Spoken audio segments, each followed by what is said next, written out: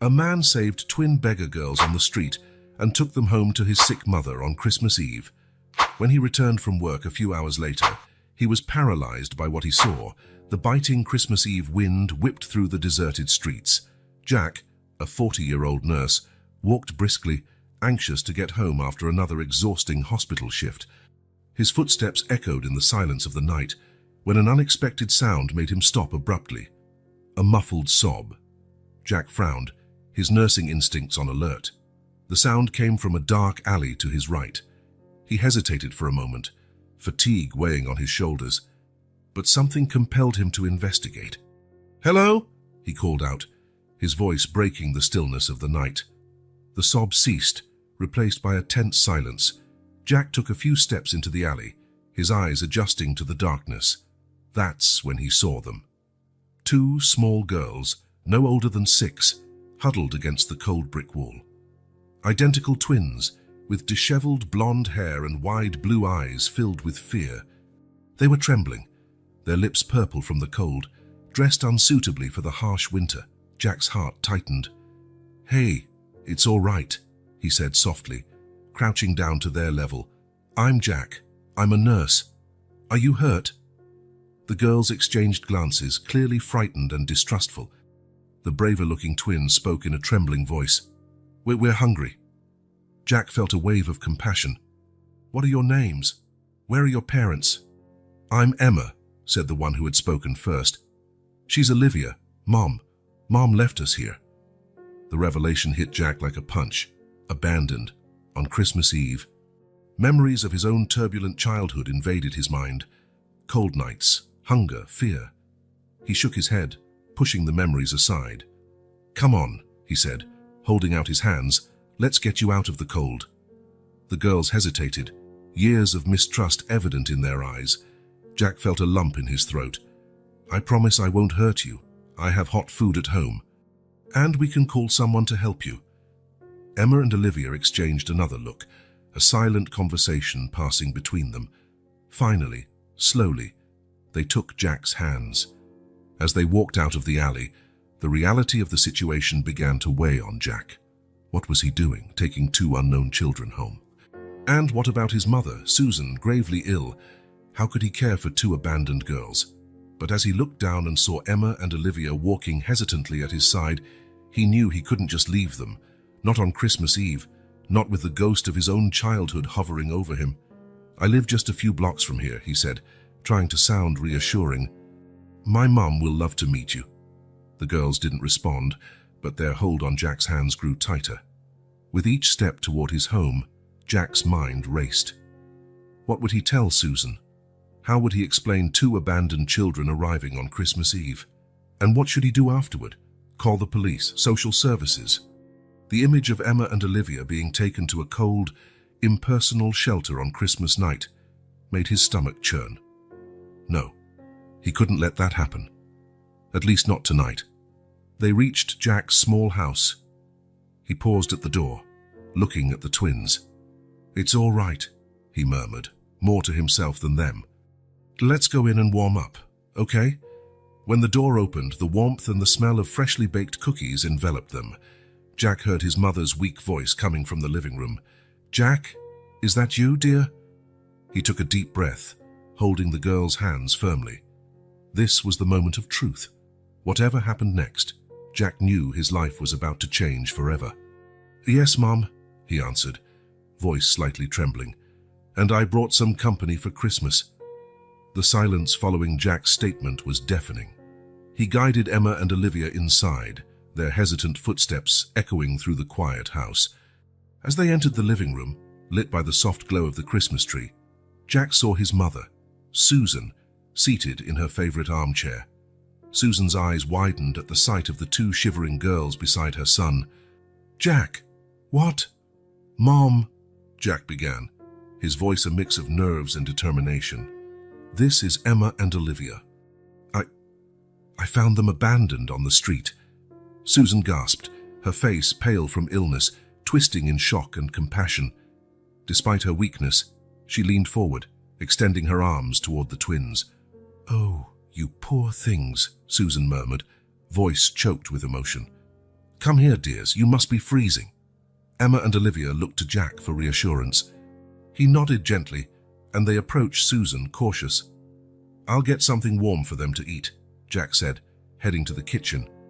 While heating soup, he could hear his mother's soft voice chatting with the twins. Returning with 2 steaming bowls, Jack found a surprising scene. Susan had wrapped the girls in a soft blanket, and they were snuggled beside her in the armchair. Her face, usually marked by pain and exhaustion, now glowed with a vitality he hadn't seen in months. Here we go, said Jack, handing the bowls to the girls. They began to eat hungrily, as if they hadn't seen food in days. Jack, Susan called quietly, beckoning him closer. What happened?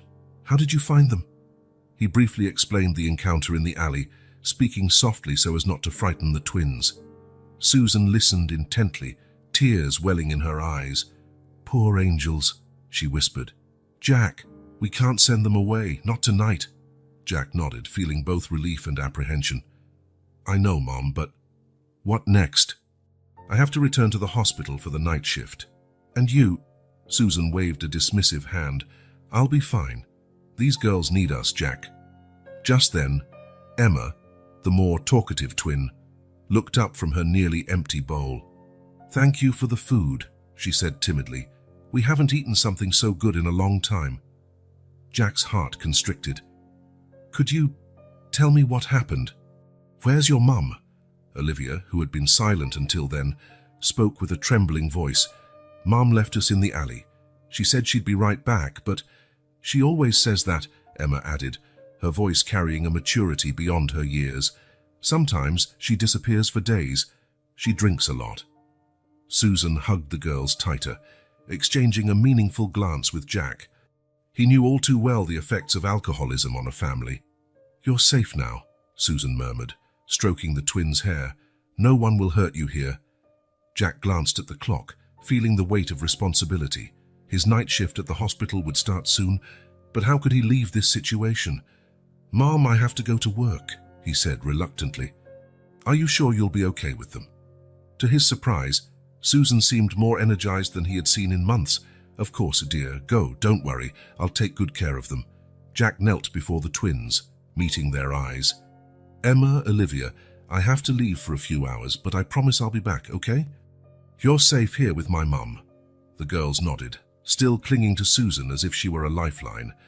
As he prepared to leave, Jack couldn't help noticing how the house, once silent and weighed down by Susan's illness, now seemed full of life. His mother's gentle laughter drifted from the living room, accompanied by the twins' shy murmurs. At the door, he hesitated, looking back. Susan was showing the girls an old photo album, their voices low and comforting. For a moment, Jack glimpsed a scene he'd never thought possible. A family. With a heavy yet oddly hopeful heart, Jack stepped into the cold night. On his way to the hospital, his mind teemed with questions and worries. What would happen to Emma and Olivia? How could he help them? And what impact would this night have on their lives? But one thing was certain, that Christmas Eve had changed everything. And Jack, for the first time in a long while, felt that maybe, just maybe, miracles did happen. The night shift at the hospital felt endless to Jack. His thoughts kept drifting back to Emma, Olivia, and his mother Susan, left alone to care for 2 unknown children. Guilt and worry gnawed at him, making it hard to focus. When he finally returned home in the early hours of Christmas morning, Jack was exhausted and anxious.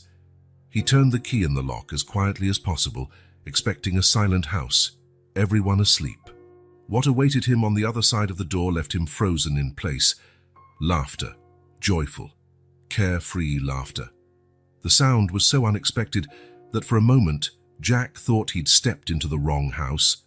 But no, that was definitely his mother's laughter, a sound he hadn't heard in months.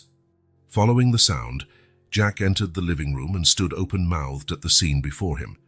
Susan, who in recent months could barely leave her bed, sat on the floor, not just sitting, but actively playing with Emma and Olivia. The 3 were surrounded by scraps of colored paper, apparently making Christmas crafts. Mom? Jack managed to stammer, still unable to believe his eyes. Susan looked up, her face lit by a smile Jack hadn't seen in years. "Oh, Jack, you're back. Come and join us. The girls and I are making decorations for the tree." Emma and Olivia, seeing Jack, smiled shyly. They looked completely different from the frightened, distrustful children he'd found the night before. How was the night?" Jack asked, still stunned, sitting down on the couch. "Oh, it was wonderful," Susan exclaimed, eyes sparkling. "The girls are delightful. We talked baked cookies. You must taste them, Jack. Olivia has a natural gift in the kitchen, and then we started this project. I didn't even notice the time passing." Jack stared at his mother in amazement.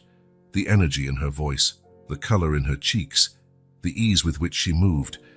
It all seemed impossible considering her condition of recent months. "Mom, are you sure you're not overexerting yourself? Your health—" Susan cut him off with a wave. "I've never felt better, dear. It's as if these girls brought life back into this house." Jack looked at Emma and Olivia, absorbed in their crafting but clearly listening. They seemed more relaxed, happier. "Jack," Emma said suddenly, glancing up from her work, "your mom told us stories about when you were a kid. Did you really set the curtains on fire trying a science experiment?" Jack laughed, surprised. "Yes, unfortunately. I was a very curious boy." "Like us," Olivia exclaimed, opening up for the first time. "We love science. At school, before all this, we were the best in class at science." Jack's heart clenched at the thought of what they must have gone through. Yet here they were, smiling and creating happy memories in his living room. As hours passed, Jack was drawn into their activities. He helped hang the handmade decorations on the tree, tasted the delicious cookies, and even joined an improvised game of charades. During a quiet moment, while the twins were distracted with a puzzle, Susan pulled Jack aside. "Jack," she said, voice low and intense, "I know what you're thinking. And yes, I agree. We can't just send them away." Jack sighed, running a hand through his hair. "Mom, I want to help them, I really do, but how? We barely get by with your medical expenses and—" "Listen," Susan interrupted, holding his hands. "Since these girls arrived, I feel different, stronger, like I have a purpose again, Jack. They need us. And I think we need them too." Jack looked at Emma and Olivia, engrossed in their puzzle, quietly chatting. He thought of how this house, once silent and worried, now brimmed with laughter and life. "But what about the legal side?" he asked, concern evident. "We can't just keep them. There are laws, procedures." Susan nodded understandingly. "I know, dear. But let's start by giving them love, a home, stability. The rest we'll figure out later." Jack closed his eyes, letting the reality sink in. When he opened them again, his decision was made. "Okay," he said softly.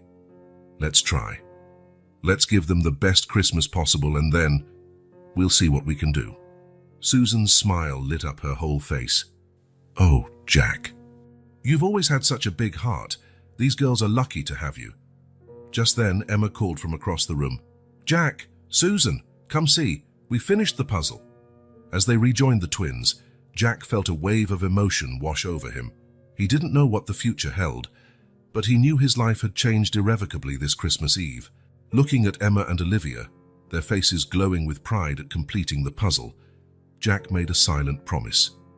He would do everything in his power to ensure they never again felt abandoned or unloved. The rest of Christmas Day passed in a blur of activities, laughter and tender moments. Jack watched, amazed, as his mother, once so weak, now moved with renewed vigor, always smiling. That night, as he helped the twins settle into the guest room, Jack felt a lump in his throat. Emma hugged him tightly, whispering a thank you that carried the weight of all the cold, fearful nights they had endured. Lying in bed, Jack reflected on the astonishing events of the last 24 hours. He knew the coming challenges would be huge, legal, financial, and emotional. But hearing the girls' muffled giggles from the next room and recalling the new light in his mother's eyes, Jack knew he had made the right choice. Somehow on that chilly Christmas Eve, he had saved not only 2 little girls but his own family as well. With that comforting thought, Jack finally fell asleep, dreaming of the possibilities the future now offered. One thing was certain: Life in the Thompson household would never be the same again. The days following Christmas were a whirlwind of emotions and activities for Jack.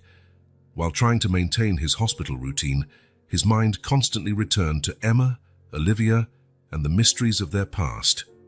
One cold afternoon, taking advantage of a day off, Jack decided to start investigating. Sitting at his computer, he hesitated before typing "abandoned twin girls" into the search bar. The results were discouraging. Dozens of similar cases, many unsolved. Determined, he refined his search, adding details the girls had shared: approximate age, physical description, the area where they were found. Then, a local newspaper article caught his eye. "Alcoholic mother loses custody of twin daughters," read a headline from 3 months ago. Jack felt a chill as he read the details. The description matched Emma and Olivia perfectly. The article described a tragic story of neglect. The mother, identified only as LM, had a long history of alcohol abuse. Neighbors reported shouting, crying, and on one occasion, the girls were found wandering alone late at night. Jack closed his eyes, feeling anger and compassion. How could anyone treat children this way? Yet he knew alcoholism was a cruel disease that destroyed families. "Jack?" Susan's voice pulled him from his thoughts. She stood in the office doorway, leaning on her cane but with a spark in her eyes he hadn't seen in years. "The girls are asking for you. We're about to start a board game." Jack smiled, trying to mask his worry. "I'm coming, Mom. Just finishing something here." Susan approached, looking over Jack's shoulder at the computer screen. Her face tightened at the sight of the article. "Oh, Jack, so that's it?" He nodded gravely. "It seems so." "Mom, what are we doing? These girls have a story, a family. No matter how dysfunctional, we can't just abandon them again," Susan said firmly. "Jack, you've seen how happy they are here, how safe they feel. This isn't a coincidence. Maybe it's fate." Jack was about to argue when the doorbell rang. Trading a worried look with his mother, he went to answer it. On the doorstep stood a middle-aged woman with a serious expression and a clipboard in hand. "Good afternoon," she said. "I'm Sarah Jenkins from Child Protective Services. I'm here to talk about Emma and Olivia Thompson." Jack's heart raced. How did they know? Trying to stay calm, he invited Sarah inside. In the living room, Emma and Olivia sat on the floor, surrounded by board game pieces. At the sight of the stranger, their expressions shifted instantly from joy to fear. "Hello, girls," Sarah said gently. "Don't worry, I just want to talk to you for a bit." Jack felt a knot in his stomach. "Sarah, can we speak privately for a moment?" In the kitchen, Jack quickly explained how he had found the twins. Sarah listened attentively, her face composed and professional. "Mr. Thompson," she said when he finished, "I understand your good intentions, but what you did was highly irregular. These children should have been reported to the authorities immediately." "I know," Jack admitted, running a hand through his hair. "But it was Christmas Eve, and they were so scared. I couldn't just leave them out there." Sarah sighed. "I understand, but now we must follow the proper procedures. These girls have a mother who legally still holds rights." The mention of their mother made Jack's blood boil. A mother who abandoned them, who neglected them for years. "Even so," Sarah insisted, "there are protocols. The girls must be placed in temporary care while we investigate." At that moment, Susan entered the kitchen, leaning on her cane. "With all due respect, Miss Jenkins, these girls already have a home, right here." Sarah looked from Susan to Jack, her expression softening slightly. "Mrs. Thompson, I understand your attachment to these children, but—" "No, you don't understand," Susan interrupted, a surprising strength in her voice. "Since these girls arrived, this house has regained its life. They brought light, joy, hope. Can't you see? They belong here." Jack observed the social worker, seeing the internal struggle in her eyes. Finally, Sarah spoke. "I can't promise anything, but maybe we can consider you as a temporary foster placement while we investigate. This will require a lot of paperwork, regular visits, and there's no guarantee you'll keep them long term." The relief Jack felt was almost tangible. "We'll do whatever it takes," he promised. After a long conversation and a brief talk with Emma and Olivia, Sarah left, promising to keep in touch. The atmosphere in the house remained tense. The girls looked at Jack and Susan with fearful eyes, clearly afraid they would be taken away. Jack knelt before them, holding their small hands. "Emma, Olivia, I want you to know something. No matter what happens, I'll fight for you. You're part of this family now." The tears in the girls' eyes and their tight hugs said more than any words could convey. That night, after the twins were asleep, Jack stayed awake, his mind full of worries and plans. He knew the road ahead would be hard. Legal, emotional, and financial challenges loomed. But thinking of Emma's smile, Olivia's laughter, and the spark in his mother's eyes, Jack knew it would be worth it. He would do whatever it took to keep this new family together. With that firm resolve in his heart, Jack finally fell asleep, dreaming of a future where Emma and Olivia could truly call this house home. Tomorrow would bring new challenges, but for the first time in a long time, Jack was eager to face them. The sun had barely risen when Jack woke up, his mind churning with thoughts and responsibilities. The visit from Sarah Jenkins had made it all very real.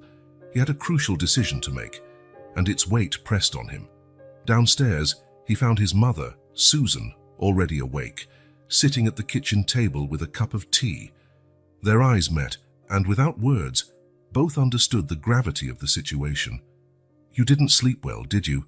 Susan asked softly. Jack shook his head, pouring himself coffee. "How could I, Mum? What are we going to do?" Susan set down her cup. "Jack, you know what we have to do.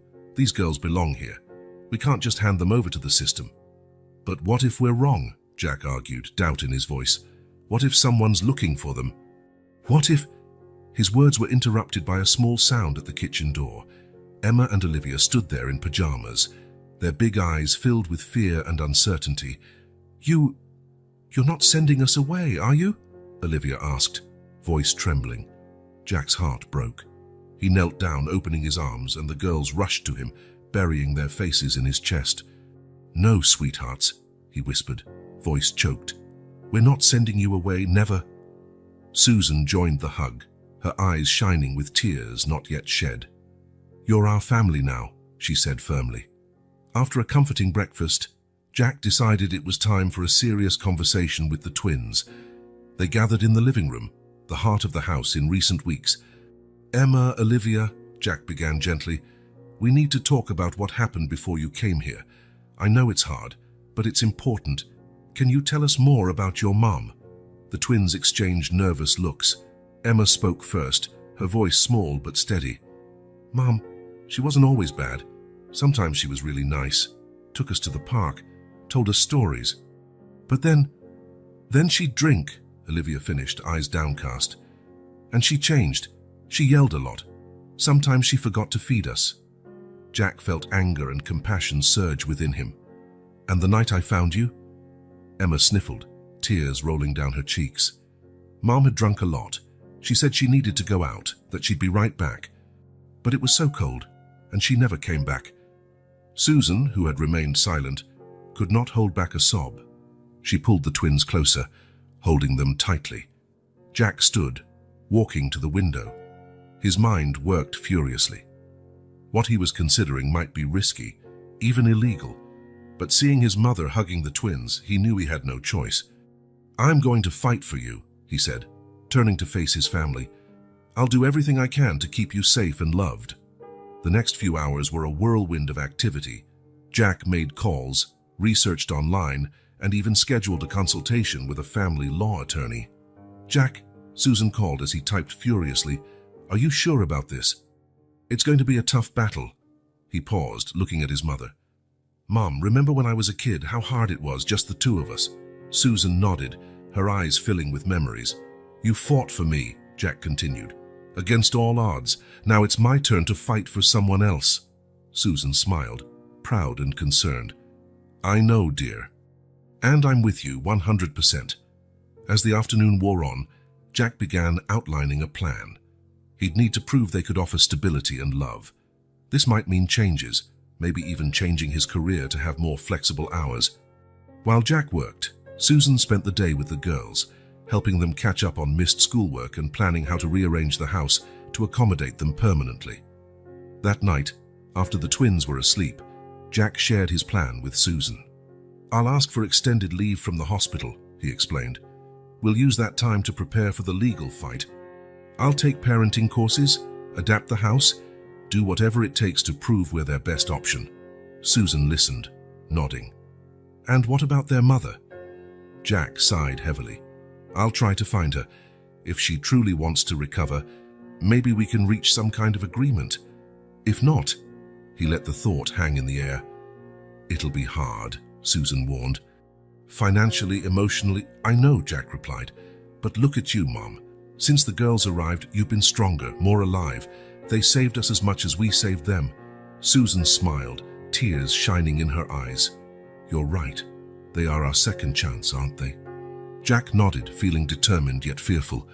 He knew the path would be filled with legal and emotional obstacles, but looking at the family photo they'd taken at Christmas, him, Susan, Emma, and Olivia smiling by the tree, he knew it was worth it. "Tomorrow," Jack said, voice firm, "we start fighting for our family." Susan squeezed his hand, sealing a silent pact. They would do whatever it took to keep Emma and Olivia safe, loved, and at home. While the house slept, Jack stayed awake, planning and dreaming. The future was uncertain, but now filled with hope.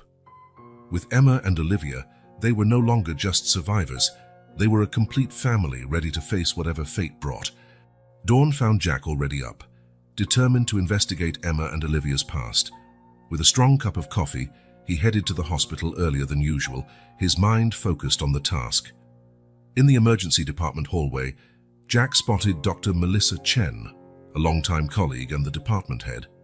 Taking a deep breath, he approached her. "Melissa, I need your help," Jack began, voice low and urgent. He explained the twins' situation briefly, omitting potentially incriminating details. Melissa listened, concerned and understanding. "Jack, this is complicated.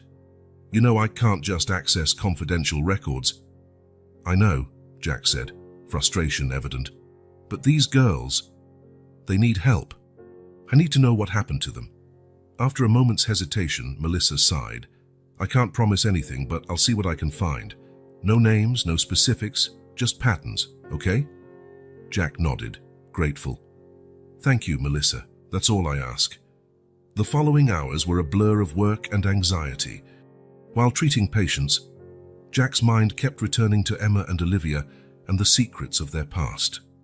Late in his shift, Melissa called him to her office, her face grave. "Jack, I found something, and it's not pretty." She slid a file across the desk. "Over the last 3 years, we've treated twin girls multiple times. Always the same pattern: mild malnutrition, unexplained bruises, sometimes cigarette burns." Jack's stomach churned. He flipped through the anonymous medical reports with trembling hands. "The mother?" he asked, voice hoarse. Melissa shook her head sadly. "Always the same story. Clear signs of chronic alcoholism. Different men each time, presumably partners." Jack closed his eyes, anger and resolve growing inside him. "Thank you, Melissa. This helps." Leaving the hospital, Jack barely noticed the light rain. His mind brimmed with horrific images: Emma and Olivia, frightened and alone, neglected and abused. Arriving home, Jack found a surprise. Sarah Jenkins, the social worker, sat in the living room, chatting cheerfully with Susan and the girls. "Mr. Thompson," Sarah greeted, standing up. "I hope you don't mind my unannounced visit. I felt we needed to talk." Jack nodded, hiding his apprehension. "Of course, Sarah. We can talk in the office." Once alone, Sarah got straight to the point. "Jack, I've done some digging too. I'm very concerned about what could happen if the girls return to their biological mother." Jack felt relief and surprise. You're on our side." Sarah sighed, running a hand through her hair. "Officially, I'm neutral. But off the record, yes, I'm on the girls' side. And from what I've seen here, you and Susan are the best thing that's happened to them in a long time." Over the next few minutes, Jack and Sarah exchanged information. He shared what Melissa discovered, and Sarah revealed details from her own investigation. The mother, Lisa Morrison, has a long record with social services, Sarah said. Multiple reports of neglect or suspected abuse, but she always slipped through the cracks. Jack clenched his fists, anger rising. How could no one protect these girls? Sarah shook her head sadly. The system is flawed, Jack. Overwhelmed, underfunded. Cases like Emma and Olivia's happen more often than we'd like to admit. They fell silent, the weight of the situation pressing down on them. What can we do? Jack finally asked, determined. Sarah leaned forward, eyes shining with compassion and resolve. We need to build a solid case, prove that you and Susan can offer a stable, loving home. Most importantly, show that returning to their mother would harm them. Jack nodded, already thinking of possibilities. And Lisa? Will she fight for custody? That's the problem, Sarah said. Right now, we don't know where she is.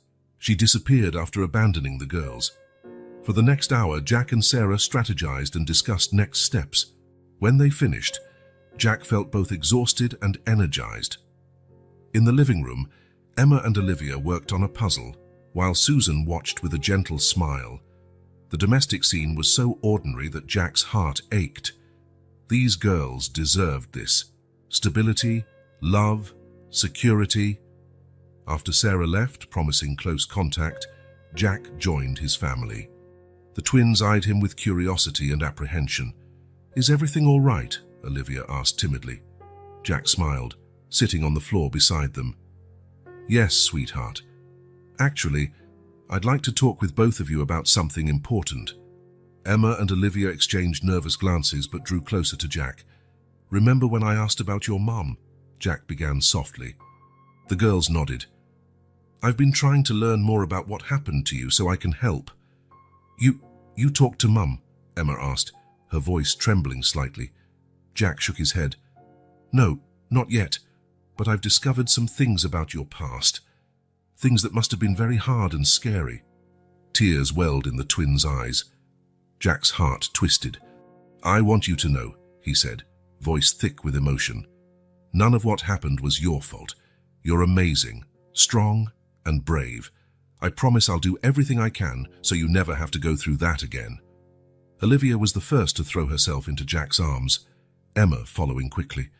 They cried silently, releasing years of fear and pain into the safety of his embrace. Susan, who had watched quietly, joined the hug, wrapping all of them in her arms. At that moment, holding the girls and feeling Susan's support, Jack knew he was doing the right thing. The path ahead would be tough, filled with legal and emotional battles and the specter of their painful past. Later that night, after the twins had gone to bed, Jack sat with Susan and told her everything he'd discovered. My God, Susan whispered, tears streaming down her face. Those poor children. How could anyone? Jack took his mother's hand. I know. But now they have us, and we'll do everything we can to give them the future they deserve. Susan nodded, determination shining in her eyes. Yes, we will. These girls are ours now, Jack, and no one will take them away. As the night wore on, Jack stayed awake, mind racing with plans and worries. He knew the coming days would be challenging, legal battles, emotional complexities, and possibly confronting the girls' dark past. But listening to Emma and Olivia's soft breathing through the wall and recalling the light in Susan's eyes, Jack was more determined than ever to secure their future. With that comforting resolve, Jack finally drifted off, dreaming of better days for his new family. Evening had fallen over the Thompson home, the long shadows stretching across the floor. Jack sat in his office, a stack of documents before him. Photos, medical records, school reports, pieces of Emma and Olivia's lives he'd gathered in recent weeks. His eyes fell on a particularly haunting photograph. The twins, about 4 years old, shy smiles on their faces at some school event, balloons in the background. Jack noticed faint bruises on their arms, barely concealed. Closing his eyes, Jack imagined the girls' painful past, images forming vividly in his mind. Emma crouching in a kitchen corner, holding Olivia tight. The sound of breaking glass, drunken screams echoing. Where are you, you worthless brats? Their mother's slurred voice cutting through the silence. Shh, Emma whispered to Olivia, feeling her sister's silent sobs. "It's okay. She'll pass out soon." More crashing sounds, more curses. The twins, only 5, knew the routine. Wait, stay quiet, survive. Hours later, silence. Emma dared to emerge. Lisa, their mother, lay passed out on the couch, an empty bottle on the floor. Carefully, they covered her with a blanket. "Good night, Mommy," Olivia murmured, voice a mix of fear and unmet love. Jack opened his eyes, hot tears running down his cheeks. He could almost feel Emma and Olivia's fear and vulnerability. Wiping his face, he looked at another document, a social worker's report. His eyes widened at the name, Lisa Morrison. "It can't be," Jack muttered, heart pounding. Memories of his own youth flooded his mind.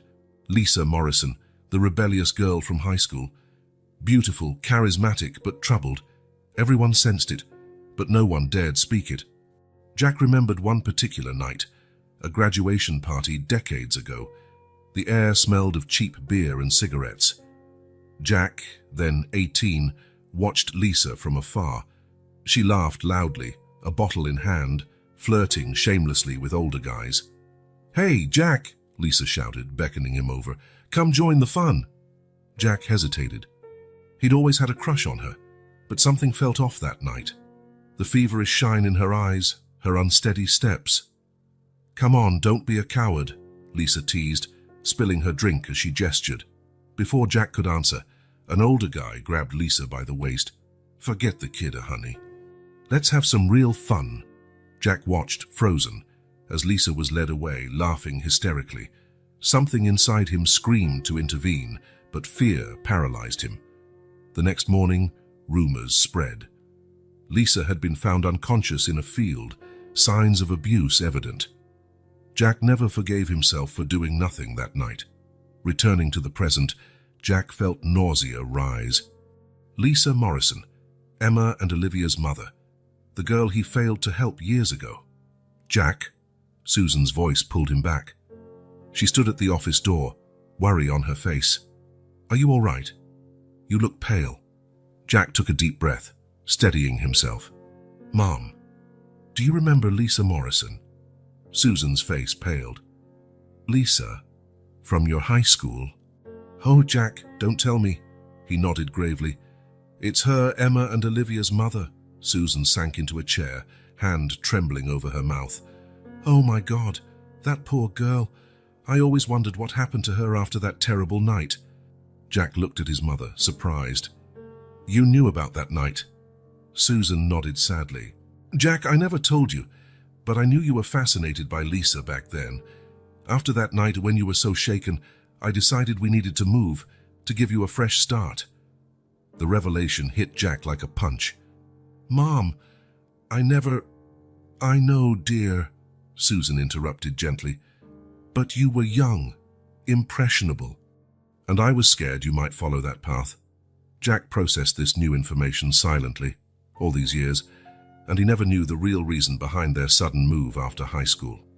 "Jack," Susan continued softly, "you can't blame yourself for what happened to Lisa, or for Emma and Olivia's situation.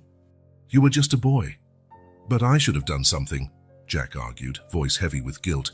"If I had stepped in, maybe things would be different for Lisa, for the girls." Susan approached, placing a comforting hand on his shoulder.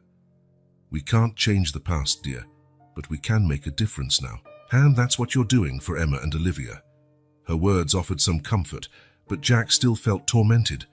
What if he wasn't good enough for the twins? What if he failed them as he failed Lisa? Reading his mind, Susan said, "Jack, look at me. You're not that 18-year-old boy anymore. You've grown into a compassionate, strong man. Emma and Olivia are lucky to have you." At that moment, a muffled cry came from the girls' room. Jack and Susan exchanged alarmed looks and rushed upstairs. Emma sat up in bed, tears streaking her face, Olivia holding her tight, trying to calm her. "Nightmare," Olivia explained softly as Jack and Susan entered the room. Jack approached carefully, sitting on the edge of the bed. "It's okay, Emma, you're safe here." Emma looked at him, eyes full of fear and confusion. I dreamed about Mom. She was yelling, breaking things. I miss her, but I'm also scared. Is that wrong? Jack's heart broke. He pulled Emma into a hug, feeling Olivia join in. No, sweetheart, it's not wrong. Your feelings are complicated, and that's okay. Susan joined them, wrapping them all in her arms. You are loved here, she said gently. No matter what happens, you always have a home with us. As he comforted the twins, Jack felt a swirl of emotions, guilt for the past, Maya's fear of the future, and overwhelming love for these two girls who had unexpectedly entered his life. Hours later, with Emma and Olivia asleep again, Jack returned to his office. Staring at the scattered documents, he made a decision. Picking up his phone, he dialed a number he had memorized in recent weeks. Sarah, it's Jack Thompson. Sorry to call so late, but I think I've discovered something important about the girls' past and my own. Explaining the situation to Sarah, Jack felt a weight lifting. He couldn't change what happened with Lisa or the girls' past, but he could ensure a better future. Perhaps by saving Emma and Olivia, he could also find redemption for his past inaction. When he finally hung up, the sun was rising, bathing the world in gold. A new day full of challenges and hope. Jack looked at a recent photo of Emma and Olivia, smiling between him and Susan. No matter what the future held, he would protect them, even if it meant facing his own ghosts. With that firm resolution, Jack allowed himself to rest, knowing the true battle was just beginning. The shrill ring of the phone cut through the morning silence, startling Jack awake in his office chair. He had dozed off among papers and photos. Shaking off sleep, he answered, Jack, it's Sarah. We have a problem. The social worker's voice was tense, urgent. Sleep vanished instantly. What happened? Lisa Morrison. She showed up at my office this morning, demanding to know where her daughters are. Jack, she's sober, and she has a lawyer. The world seemed to slow down. How did she find out? I'm not sure, but she's determined. She wants the girls back, and legally she still has rights. Jack's panic rose. What do we do now? Gather Susan and the girls. I'll be there in an hour. We need a plan. Hanging up, Jack ran to wake Susan and the twins. In minutes, they sat in the living room, faces anxious. Emma spoke first, voice trembling. It's about Mom, isn't it? Jack nodded gravely, sitting between them. Yes, sweetheart. Your mother wants to see you. Olivia clung to Jack's hand, eyes wide. Do we have to go with her? Not if I can help it, Jack replied firmly, pulling them closer. You're part of this family now. We'll fight for you. Susan, who had been silent, finally asked, Jack, what can we do legally? Before he could answer, the doorbell rang. Sarah entered, carrying a thick folder. The following minutes were a flurry of information and strategy. Sarah explained the legal situation, options, and possible outcomes. The fact is, Sarah concluded, Lisa has a strong argument. She's the biological mother, sober now, and never officially lost her rights. Jack felt his heart sink. But what about the history of abuse, neglect? Sarah sighed. The system often favors family reunification. We have to prove beyond doubt that returning to Lisa would endanger the girls. They spent hours drafting a plan. They'd compile all medical records, neighbor testimonies, and school reports. Anything to show Lisa's pattern of neglect. While the adults discussed, Emma and Olivia huddled on the couch, pale with fear. Suddenly, the screech of tires outside made everyone freeze. Jack rushed to the window, heart pounding at the sight of an unfamiliar car parking out front. It's her, he whispered. Tension filled the house as the doorbell rang. Jack exchanged a glance with Sarah before opening. Lisa Morrison stood on the porch, an older, worn version of the girl he remembered. Her eyes, once vibrant, now revealed years of struggle, yet determination burned in them. Where are my daughters, Jack? She demanded, voice rough. Jack blocked the entrance, body tense. Lisa, not like this. There are legal procedures. To hell with that, Lisa shouted, trying to push past Jack. They're my daughters. You have no right. I have every right to protect them, Jack retorted, raising his voice. Where were you when they were hungry, cold, and scared? Lisa recoiled as if slapped. For a moment, Jack saw shame flicker in her eyes, quickly replaced by anger. "You know nothing about me, about our life," she hissed. "I'm sober now. I can care for my daughters." "Mommy." Emma's small voice made both adults turn. The twins stood in the living room doorway, eyes wide with fear and confusion. Susan was behind them, a protective hand on each shoulder. Lisa gasped, tears shining in her eyes. "My girls, oh, how I've missed you." She took a step forward, but Jack blocked her path. "Not like this, Lisa. Not this way." For a tense moment, Jack feared Lisa might try to force her way in. But then her shoulders sagged, and she stepped back. "Fine," she said, voice trembling. "But this isn't over, Jack. I'll get my daughters back, even if it's the last thing I do." With a final anguished look at Emma and Olivia, Lisa returned to her car. Jack closed the door, feeling drained. He turned to see the twins running toward him, tears streaming. "You're not sending us back, right?" Olivia sobbed, clinging to his shirt. Jack knelt, hugging them both fiercely. "Never," he vowed. "You're our family now. We'll fight for you, no matter what." Sarah, who had observed silently, finally spoke. "This complicates things. Lisa is clearly determined. We need to move fast." In the following days, the Thompson home became a hive of legal activity. Jack took extended leave from the hospital, dedicating himself to building a case. Susan, despite her health, found renewed strength, caring for the girls and helping with paperwork when possible. Emma and Olivia swung between moments of joy with their new family and bouts of fear and confusion. Nightmares became frequent, and both girls often woke crying for Jack or Susan. A week after Lisa's visit, Sarah arrived with somber news. "Lisa filed a formal custody claim," Sarah said, voice heavy. "We have a preliminary hearing next week." Jack felt the weight of the world on his shoulders. "What are our chances?" Sarah hesitated. "Honestly, it's hard to say. Lisa has the advantage of being the biological mother, claiming sobriety and wanting to reunite. But we have strong evidence of past neglect."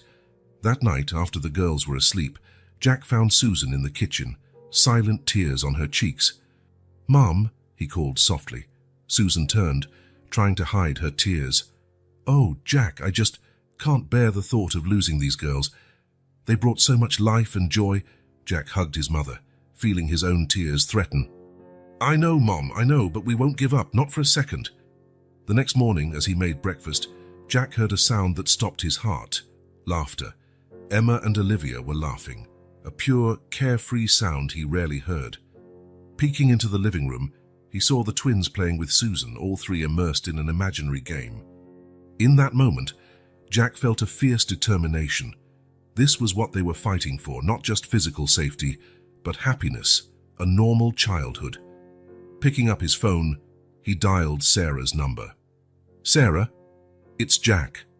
Listen, I've been thinking. What if we try a different approach?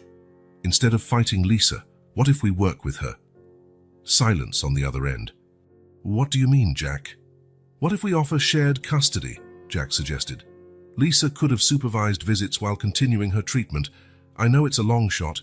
"Actually," Sarah interrupted, hope in her voice, "that might work. If Lisa agrees, it could be the best outcome. The court often prefers family reunification when safe." They discussed details, and Jack felt a spark of hope. It would still be challenging, but maybe there was a compromise that served everyone. Watching Emma and Olivia play, Jack knew he had to try. They deserved a stable home, but also the chance to know their mother, if she could truly recover. The legal battle was just beginning, but for the first time in days, Jack felt they had a real chance. The county courthouse was packed on that Monday morning. Jack adjusted his tie nervously as he, Susan, and the girls entered the imposing courtroom. Tension and anticipation hung in the air. Sarah met them at the entrance. "Remember," she whispered, "stay calm no matter what happens. We're here for the girls." Jack nodded, throat dry. He saw Lisa enter from the other side, accompanied by her lawyer. She looked different, tidier, more composed, but tense. "All rise," announced the bailiff. "Court is in session, Judge Eleanor Hawkins presiding." Judge Hawkins, a middle-aged woman with keen eyes, took her seat. "We're here for the custody case of Emma and Olivia Morrison. Mr. Thompson, you're petitioning for custody, correct?" "Yes, Your Honor," Jack replied, voice steady. "Ms. Morrison, you contest this request." Lisa stood. "Yes, ma'am. They're my daughters. I made mistakes, Max, but I'm sober now. I can take care of them." The judge nodded. "Very well. Let's hear the evidence." The hours that followed were an emotional roller coaster. Jack's lawyer presented a detailed timeline, backed by medical reports and school records, painting a childhood of neglect and fear. Dr. Melissa Chen testified first. Over 3 years, Emma and Olivia visited the ER multiple times. Malnutrition, unexplained bruises, even cigarette burns. Lisa sobbed, face in her hands. A former neighbor spoke. "We heard screams almost every night. Sometimes the girls were in the hallway, frightened." Lisa's defense countered with certificates from rehab, AA sponsors, and proof of sobriety. "My client is committed to recovery. She deserves a chance to be a mother again." The most tense moment came when Dr. Rachel Foster, a child psychologist, took the stand. "Emma and Olivia show clear signs of trauma," she said. "They fear separation from each other and from Jack and Susan Thompson. Mentioning their biological mother triggers acute anxiety." Dr. Foster paused, looking at the judge. "Removing them from their stable environment would be deeply harmful." A murmur rippled through the courtroom. Jack felt relief mixed with guilt at Lisa's stricken face. During a recess, Jack noticed whispering groups in the corridors. Some supported him. Others argued Lisa deserved a second chance. "Jack," a familiar voice called. It was Tom, a colleague from the hospital. "We're rooting for you. Those girls deserve a stable home." Before Jack could respond, a woman approached, disapproving. "How can you keep children from their own mother? She's trying to improve." Sarah quickly guided Jack away from the confrontation. Back in the courtroom, Judge Hawkins interviewed Emma and Olivia privately. Minutes felt like hours for Jack and Lisa. When the twins returned, eyes red, a calm resolve showed on their faces. The judge followed, expression grave. "I've heard all the evidence," Judge Hawkins began. "This is complex and emotional. No easy decision exists." Jack felt Susan squeeze his hand. Across the room, Lisa held her breath. "Emma and Olivia clearly wish to remain with the Thompsons," the judge continued. "But I acknowledge Ms. Morrison's efforts to rehabilitate." She paused, scanning both parties. "My decision. Primary custody goes to Jack and Susan Thompson, with supervised visitation rights for Lisa Morrison, potentially expanding over time if sobriety and stability continue." A collective sigh filled the room. Jack felt such relief he almost buckled. Susan wept quietly. Lisa looked torn between relief and sorrow. "Can I see them?" she asked, voice trembling. The judge nodded. "Yes, Ms. Morrison. The arrangement ensures the girl's well-being and gives you a path to rebuild your relationship." As the hearing ended, Jack found himself face-to-face with Lisa in the corridor. "Jack," she said softly, "take good care of them. And thank you for not shutting me out completely." He nodded, emotions swirling. "They deserve every chance at happiness, including having you in their lives when you're ready." Exiting the courthouse with Emma and Olivia, a small crowd awaited, offering support. Neighbors, colleagues, even teachers had come. "We're so happy for you. Those girls are lucky." Voices overlapped in a chorus of encouragement. Emma looked up at Jack, tears shining. "Can we go home now?" Jack's heart brimmed with love. "Yes, sweetheart, let's go home." As they walked to the car, Jack reflected on the journey. What began as a kind act on a cold Christmas Eve had grown into something bigger. They were a family, not by blood, but by love. The path ahead still held challenges. Adjustments, therapy, Lisa's visits. But Susan's radiant smile and the twins' excited chatter reassured him. Under the golden-pink sunset, Jack felt peace.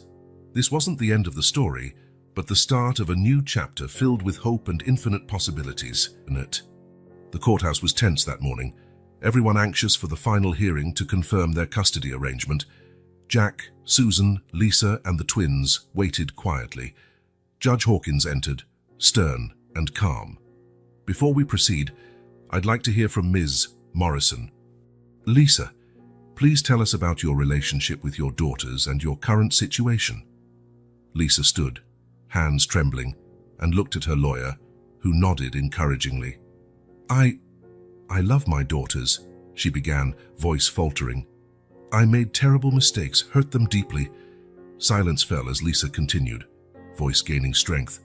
"Alcoholism is a terrible disease. It robs you of dignity, judgment, the ability to love properly.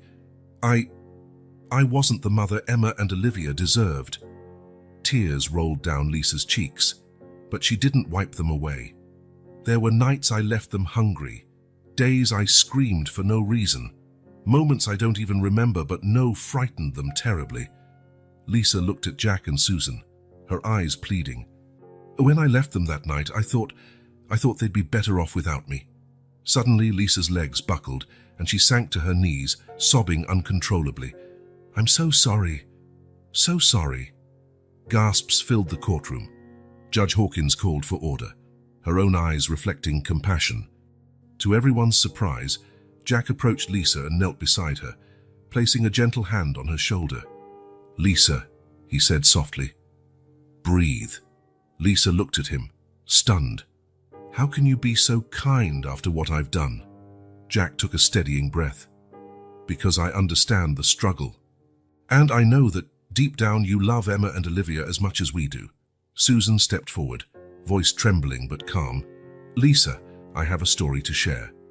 The courtroom, usually a place of formalities, became a space of vulnerability and connection. Susan began, "Years ago, I also struggled with addiction. Not alcohol, but pills. After Jack's father died, I was lost. Some days I couldn't even get out of bed, leaving Jack, just a boy, to fend for himself." Jack looked at his mother, surprised. He knew her struggles, but never heard her speak so openly. "What saved me," Susan continued, "was Jack's unconditional love and the support of those who refused to give up on me." "Lisa, you don't have to walk this path alone." Lisa stared at Susan, shocked and hopeful. You overcame it." Susan nodded, smiling through tears. "Day by day, with help and love. And look at us now." Judge Hawkins, visibly moved, intervened. "I believe we are witnessing something extraordinary. Mr. Thompson, Mrs. Thompson, are you offering support to Ms. Morrison?" Jack got up slowly, helping Lisa to stand. "Your Honor, I think we all want the same thing. What's best for Emma and Olivia. Maybe this doesn't have to be a fight where one side loses everything." A murmur of surprise ran through the room. Jack continued, "What if instead of fighting each other, we work together? Lisa clearly loves her daughters and is committed to her recovery. We can find common ground." Judge Hawkins leaned forward, intrigued. "What exactly do you propose, Mr. Thompson?" Jack looked at Susan, who nodded encouragingly, then at Lisa, watching him with a mix of fear and hope. "I propose shared custody," Jack said firmly. "Emma and Olivia remain with us as their primary guardians, ensuring stability. But Lisa can have regular, supervised visits that can increase as she maintains her sobriety." Lisa gasped, tears fresh in her eyes. You do that?" Jack nodded. "With conditions, of course. Ongoing treatment, sobriety tests, therapy. It won't be easy, Lisa." "But if you're truly committed—" "I am," Lisa interrupted, her voice stronger. "I'll do anything for my daughters, anything to make it right." Judge Hawkins looked at both attorneys. "This is unusual, but not unprecedented. If all parties agree, we can draft an arrangement that meets everyone's needs, especially the children's." In the hours that followed, lawyers, social workers, and the family worked together to craft a detailed plan. When Emma and Olivia were brought back into the courtroom to hear the outcome, they looked surprised to see Lisa sitting beside Jack and Susan, all wearing determined, hopeful expressions. "Girls," Jack began softly, "we have something important to tell you." He explained the new arrangement. They would live with him and Susan, but Lisa would visit regularly, at first supervised, then gradually more freely if she kept improving. Emma and Olivia listened, exchanging glances. When he finished, there was a long silence. Finally, Olivia asked hesitantly. So, we stay with you, but we can see Mom sometimes. Lisa leaned forward, tears in her eyes. Only if you want to, my loves.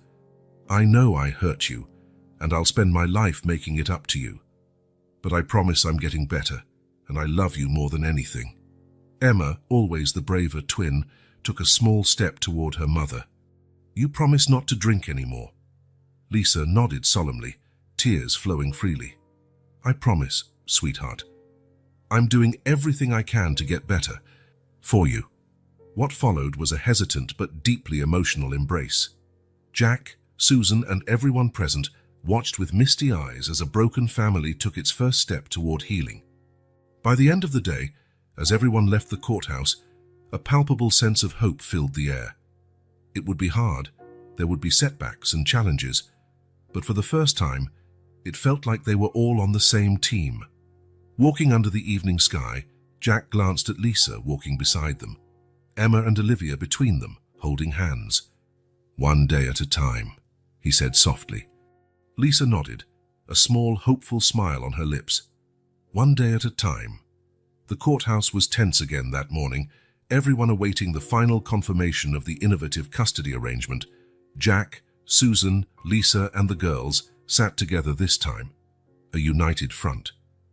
Judge Hawkins entered, her gaze thoughtful. We're here to finalize the custody case of Emma and Olivia Morrison. Before I make my decision, is there anything else? Her words were interrupted by the sound of the doors swinging open. A tall, middle-aged man with graying hair and intense blue eyes hurried inside.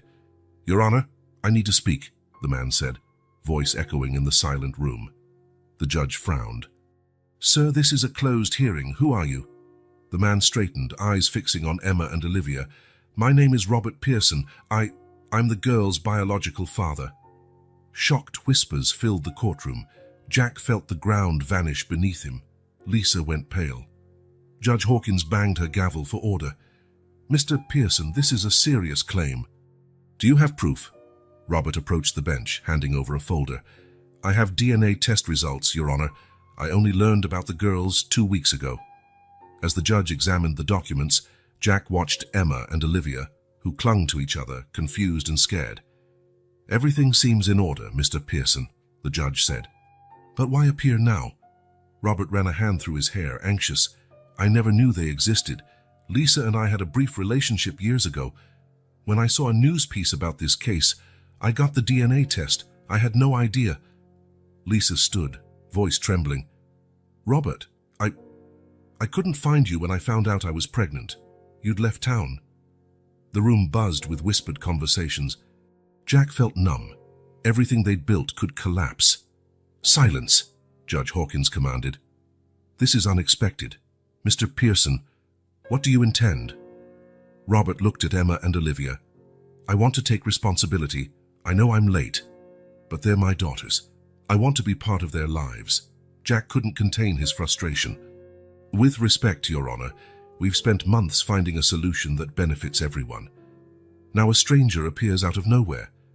Mr. Thompson, the judge cautioned, I understand your frustration, but Mr. Pearson has rights as the biological father. What about the girls' rights? Susan intervened, voice full of emotion. They've already suffered so much uncertainty. Judge Hawkins looked at the frightened twins. In light of this new information, I can't finalize a decision today. Let's adjourn for 2 weeks. Meanwhile, Mr. Pearson will undergo psychological and background evaluations. She turned to Jack and Susan. The girls remain in your care for now, Mr. Pearson. You may have supervised visits if the children agree. Robert nodded, eyes never leaving Emma and Olivia. Thank you, Your Honor. I just want to know them. As the session ended, Robert approached timidly. Emma and Olivia hid behind Jack and Susan. Hi, Robert said softly. I know this is a surprise. I don't want to scare you. I just wanted to see you. Emma stepped forward. You're our dad, Robert nodded, tears in his eyes. Yes. I'm sorry I wasn't here before, but I'm here now, if you'll give me a chance. Jack's heart clenched. He couldn't deny the girls a chance to know their father, but fear gripped him. Outside, Jack pulled Susan aside. What do we do now? Susan squeezed his hand. What we've always done. Put the girls first. Maybe there's room in their hearts for more than one kind of family. Jack nodded, watching Emma and Olivia whispering to each other, their small faces anxious, yet curious. The next 2 weeks tested everyone's patience and resolve. The girls deserved stability, but now Lisa and Robert both wanted roles in their lives. Could they all find balance? With a deep sigh, Jack prepared himself for another twist in their already complex journey. He would face whatever came next for the girls' sake. The corner cafe was nearly empty that Sunday afternoon. Jack, Susan, Lisa, and Robert sat around a table, untouched coffees before them. Silence weighed heavy with unspoken fears and hopes. Finally, Jack broke the silence. We're all here for Emma and Olivia. We need to find a way. Lisa nodded, voice trembling. I know I messed up, but I'm committed to my recovery and being part of their lives. Robert spoke next. I know I'm new to them, but since learning I have daughters, I can't think of anything else. I want to know them, to be a good father. Jack's fear and jealousy flared, but he pushed it down. Robert, you must understand they've suffered a lot. They need stability most of all. I know, Robert said, voice heavy. I'm willing to go at their pace. I don't want to disrupt what you've built here. Susan, who had been quiet, leaned forward. What if we stop thinking in terms of us versus them and think about creating a bigger family? Everyone turned to her, surprised. I mean, Susan continued, voice gaining confidence, why not work together? Jack and I remain primary caregivers. Lisa keeps her visits, increasing as she maintains sobriety. Robert can be introduced slowly, with supervised visits at first. A contemplative silence followed. Lisa said slowly, This could work. The girls get stability and a chance to know all of us. Robert nodded, a small smile forming. I'd support that. I just want the chance to be in their lives. Jack looked at Susan, gratitude and love for his mother surging. She was always the peacemaker. It's a wonderful idea, Mom, but the final decision rests with Emma and Olivia. Everyone agreed. Jack called the neighbor who was babysitting the girls. Soon, the twins arrived, curious and a bit frightened. Girls, Jack said gently, pulling them close, we have something important to discuss. He explained the idea. They'd stay with him and Susan, but also see Lisa regularly and, if they wanted, meet Robert gradually. Emma and Olivia listened, occasionally looking at each other. When he finished, a tense silence followed. Finally, Olivia spoke softly. We can still live with you and Susan. Of course, dear, Susan said immediately. This will always be your home. Emma looked at Lisa and Robert. And we can get to know you better, without leaving here. Lisa nodded, tears slipping down her face. Yes, sweetheart, at your pace, your comfort. We'll wait until you're ready. Robert knelt down to their level. I know I'm a stranger to you, but I'm here now. I want to be part of your lives, if you let me. The twins exchanged one of their silent twin looks. Finally, Emma said, We'd like that, a big family. The relief and joy at the table were palpable. Jack pulled the girls into a tight hug. Susan joined, and Lisa and Robert watched emotionally until Olivia invited them into the group hug. In the following days, they worked out a detailed plan. They set visitation schedules, agreed on therapy sessions, and planned group activities to get everyone comfortable. On the morning of the final hearing, they entered the courtroom not as adversaries, but as allies. Judge Hawkins listened, impressed.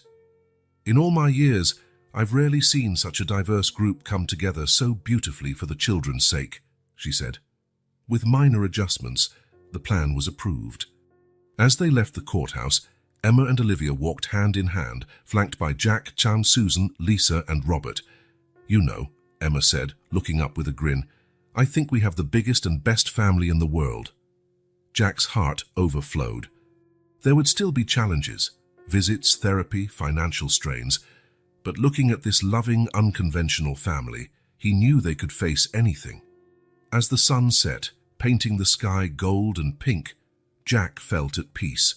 Not the end, but a new chapter, filled with love, understanding, and infinite possibilities. The courtroom was silent as Judge Hawkins reviewed the final documents. Jack, Susan, Lisa, Robert, Emma, and Olivia waited, hands intertwined. Finally, the judge looked up, smiling softly. In all my years, I've never seen such a remarkable display of cooperation. It's with great pleasure that I approve this shared custody arrangement. A collective sigh of relief filled the room. The judge continued, Jack and Susan Thompson will retain primary custody. Lisa Morrison and Robert Pearson have regular visitation rights, which may expand as circumstances improve. She turned to Lisa. Ms. Morrison, I trust you'll continue on your path of sobriety and stability. These children deserve the best version of you. Lisa nodded. Tears of gratitude. I won't disappoint you. The judge then addressed Robert. Mr. Pearson, your willingness to relocate and be present in their lives is commendable. Robert smiled, squeezing the twins' hands gently. I'm here for the long haul, Your Honor. With a final warm nod, Judge Hawkins banged the gavel. Case closed. I wish you all the best. In the following months, the new family dynamic blossomed. Lisa dedicated herself to her sobriety, supported by unexpected friendships. Robert rented an apartment nearby, becoming a loving, steady presence. Emma and Olivia thrived. Their grades improved, they made new friends, and for the first time felt truly safe and loved.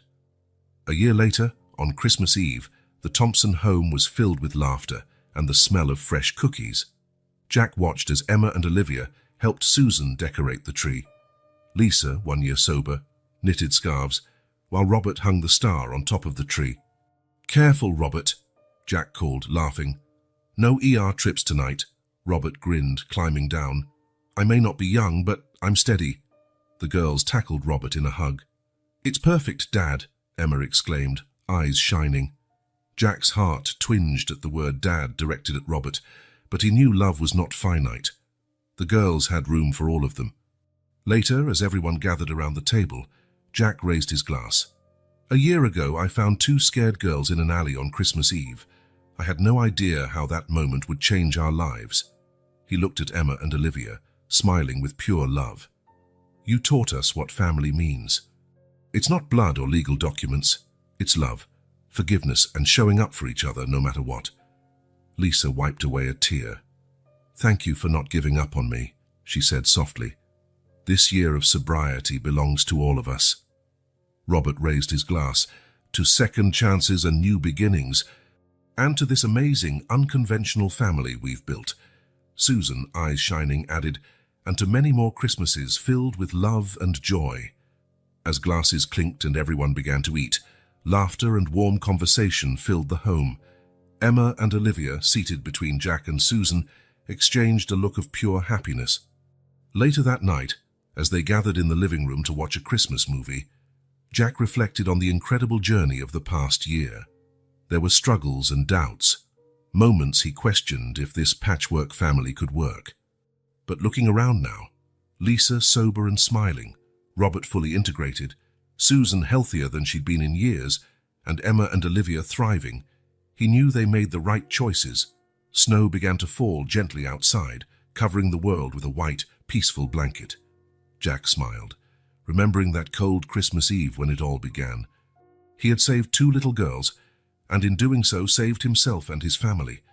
As the movie ended and everyone prepared for bed, Jack pulled Emma and Olivia into a tight hug. Merry Christmas, my little ones, he whispered. Merry Christmas, Dad, they replied in unison, eyes filled with love and trust. In that moment, surrounded by his perfectly imperfect family, Jack understood the true meaning of Christmas and life itself. It was about love, redemption, and the human heart's capacity to grow and hold more love than ever imagined. He closed his eyes, gratitude flooding him. The future was uncertain, but now he faced it with hope, courage, and a family stronger than any bond forged by blood alone. Drifting off to sleep, Jack dreamed of all the possibilities and the bright tomorrows awaiting them. The Thompson household would never be the same again, and that was the greatest gift of all.